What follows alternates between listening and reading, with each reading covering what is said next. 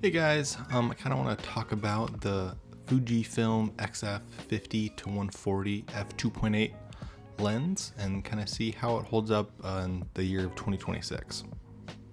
So this lens is about 12 years old, I believe. I think it came out in like 2014, give or take.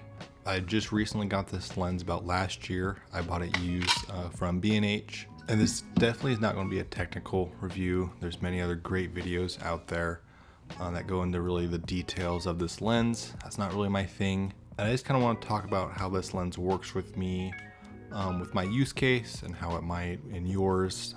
And yeah, kind of give some insight on that. Just going over some of the basic details of this lens. It's a 50 to 140 constant f2.8, which is amazing. It's a 70 to 200 and like a full frame 35 millimeter equivalent. And with that being said, it's a red badge lens that Fuji offers, and the build quality is fabulous. I have no issues with it, even on this used model. The zoom and aperture rings are super tight. There's no give or loose play in them at all. You put them where you want them, and there's no worry about even if you're bumping it or moving around, they're going to pop out of where they should be. It is an internal zoom lens. And that's great for what I use it for, because there's a lot of dirt and dust doing some rodeo stuff, and this western, being around horses and livestock, there's always dust and mud and stuff kind of getting flown around. So having it an internal zoom is really beneficial. It is weather sealed, again, great for being in the Pacific Northwest. The weight is definitely it's a chunky boy, but I've never had an issue with it. Only times I've really noticed a heft is like carrying on a sling bag as like a secondary lens on a hike, using the wrong equipment and bag for this scenario I was doing. Besides that, build quality, feel this lens are fantastic. I don't have any complaints with it at all. I primarily bought this lens to do rodeo western work, because I like the zoom range it has. 50 is really good for some up close, like barrel racing and stuff like that, where you don't have to be really far away from the subject. But having that reach out to 140, especially for like bull riding, broncs, where you can't be as close to the subject, is definitely beneficial. And then happenstance, if the bull or bronc does get close, you can zoom out quickly and get the 70 to 50 millimeter range. With the autofocus with this lens and my camera, which is the X-T5 at the moment, I think it's good for what I'm doing. I don't always need to get the best shots out of every ride or every race or roping or anything like that. Every time I'm photographing someone, I'm at least getting a handful of photos that are in focus, that are sharp, that look great, because I'd probably take for the contestants and stuff like that. But I don't have anything to compare it to.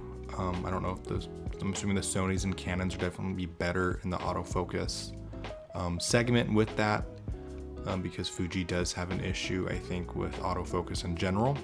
And also, I'm using an X-T5, and having the 40 megapixel sensor is definitely slower than like the XF-H2S, which is a dream camera I do want to get, unless they come out with a new one. But yeah, I think for my purpose right now, the autofocus is really, not really good, but it's good enough, and I'm getting great results with it, and so I can't complain too much. Going into the image quality and kind of the clarity and sharpness of the photos coming out of this lens, I was a little hesitant when I first initially ordered the lens, because it is a pretty old lens. It came out, I think, in 2014. But I trusted the reviews, I trusted what people were saying, and yeah, I believe them. This lens delivers some of the most beautiful, sharp, clear photos I've seen so far out of my X-T5 and the lenses I've tried with it. And I can't complain. Some of my clients love them, I love them, and it's been a great quality lens, and can't speak anything less of it. But I've said it again many times, I bought this lens for rodeo work, and then wanting just a lens that has more of a farther reach, because I've been basically just using like 23 primes and small traditional like zooms, like the 16 to 50s and stuff like that. But yeah, this lens works great for my need in the rodeo aspect. It has a nice reach when you're in the arena to do some bulls and broncs. and then a Farag 50 for when you're close to like barrel racing and then calf roping and stuff like that. It's a great versatile lens in that aspect, and it's built like a tank, again, I said previously. And so if you have to hop the fence because one of the livestock bulls and stuff are getting too close, you can. If it bangs up against the fence, you're not worried that anything's broke on it. You can hop back down and continue taking the photos. And with landscape, I've been having fun because it's a different focal range I can reach and kind of have fun and testing out. And it's just having a new perspective of taking photos, like at Smith Rock or different places. I can try to do bird photography or take pictures of just random stuff, and having a different focal range to play around with has just been definitely fun and eye-opening for me. And it's just another reason why I love photography so much, because a new lens or a new perspective or a new project can always it just makes the enjoyment last longer and longer and longer, and it's always something new. It's like the same skills you're building on, but it's like the reason you're doing it changes, and which I love so much because you're always developing your skills. I rambled there, but I just get giddy. Talking about the negatives of this lens, they're very few and far between personally. It is a heavy lens compared to other ones I've felt, of course, because it's a chunker of a lens. It's a good thing and a bad thing. It's not that big of a deal to me, but it is something to consider. It is expensive. I did buy it used, and I got it from B&H, but it was around $1,300. There's definitely cheaper options, like cheaper used ones I found, but I wanted to use B&H or a reputable used place, so if I wanted to return it or there was something wrong with the lens, like a return or warranty work would have been easy. I do want to bring this up because this definitely is more of a negative. I don't think it's a negative towards the lens itself. I think it's just my setup in general that I'm with at the moment, the X-T5 and the 50-140. It being at f2.8 definitely helps, and I really like having a constant aperture throughout the whole zoom range.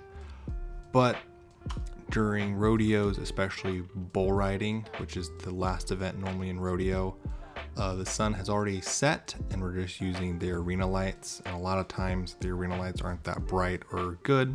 Camera and lens have a hard time focusing, and then it being dark and we're shooting quick photos, like mini photos a second I should say, the autofocus has a hard time, and it's using a lot of ISO or a high ISO, and so the images do have some noise to them, and then trying to fix that in post editing has been tricky in JPEG. And so last year, some of the rodeos I was shooting raw in the bull riding segments, and so I could take those raw, put them in Lightroom, and have a little bit more flexibility editing them and trying to denoise them a little bit better. But yeah, that's definitely the one area I've had some issues with, is bull riding at night. The autofocus is having a hard time picking up the subject, and then noise and ISO and stuff like that.